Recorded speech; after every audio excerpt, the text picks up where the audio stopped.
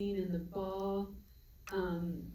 There's just so much meat to work with. You're talking about, a female FBI agent in that time, in that era. She's a force for good. I know you knew about the Turner Diaries. I read an interview in which you talked about that. Can you talk a little bit about what drew you to this role and what you kind of did to prepare reading around it? Thank you for that. Hello, everyone. Thank you for coming on Friday night. They have a World Series too. Like, yeah. I loved reading the role Agent Carney. Originally Zach wrote the role as a man, and when they sent me the script, they were thinking about. I think you had already changed it into a woman, yeah? I think so by the time I read it. I hope that when we sent it to you. I think so, yeah. I didn't know, I didn't know the story this intimately, no. I knew about the Turner Diaries, of it being a pretty awful ideology, the book. I knew that it had been found on the steps on January 6th, the Capitol.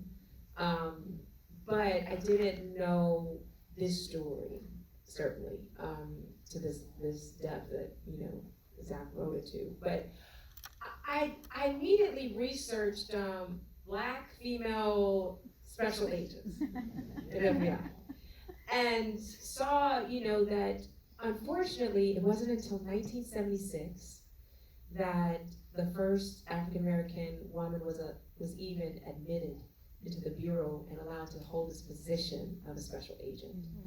And so I thought, ooh, at the time, during that time, there were over 8,500 special agents in the country. Only 44 were women, and only one was a Black woman in 1976.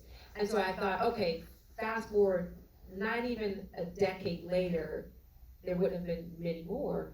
So I immediately, reached out to a few former special agents, women of color, and just interviewed them and picked their brain about what was it like to serve in the Bureau and what was it like working on, maybe not this case, but cases similar to this, cases dealing with hate crimes or,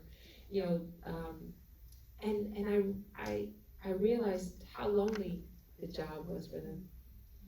Walking into those rooms, sometimes being the only in those spaces, how much the job became so personal for them. And so those were some of the things we talked about, Zach and Justin and I talked about, as like, well, this is personal for Carney.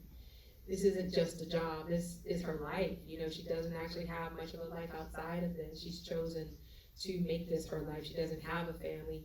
She was the protege under Terry, and yet has risen the ranks and has to be brilliant. She has to be the best. She has to be intelligent because there's not many of her even, climbing that ladder. And so, yeah, she's not gonna have the tolerance for him fucking up. She's not gonna have the tolerance for him not following orders because she can't do that.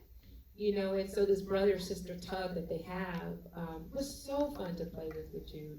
I just adore him. I think he is such a phenomenal actor, one of the greats, and was just so generous to work with on set. But yeah, it did take a lot of research just to try to make Carney like a real living, breathing, fleshy human being.